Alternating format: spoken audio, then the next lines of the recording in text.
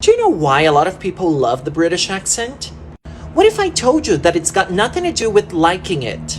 In order to talk about this in more depth, we need to go way back in history.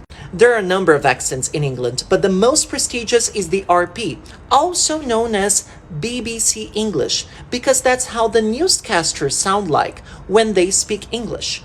But if we go way back, who sounded like that also? The Queen of England and the British royalty. And what was the Queen of England associated with? Power, money, and a lush life. Not to mention that if you sounded like her, you sounded more educated. So having a prestigious accent like the RP tells us a lot about you. It tells us in a way that you had a nice upbringing and that you had access to things that most people don't.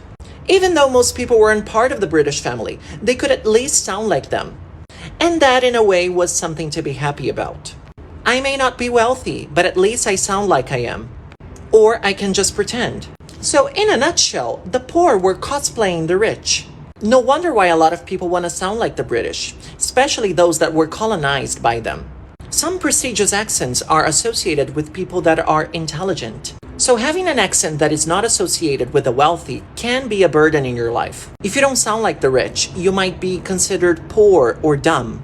But let me teach you one thing. Everybody has an accent. I have an accent, you have an accent. It's impossible not to have one. And having an accent tells us where you come from, your cultural background, something you shouldn't be ashamed of.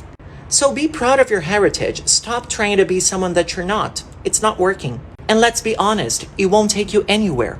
For example, English isn't my first language, but I don't want to sound like an American because that's not me. I know who I am. Now, if you want to learn more about the English language, you know what to do. Just follow me here. See ya.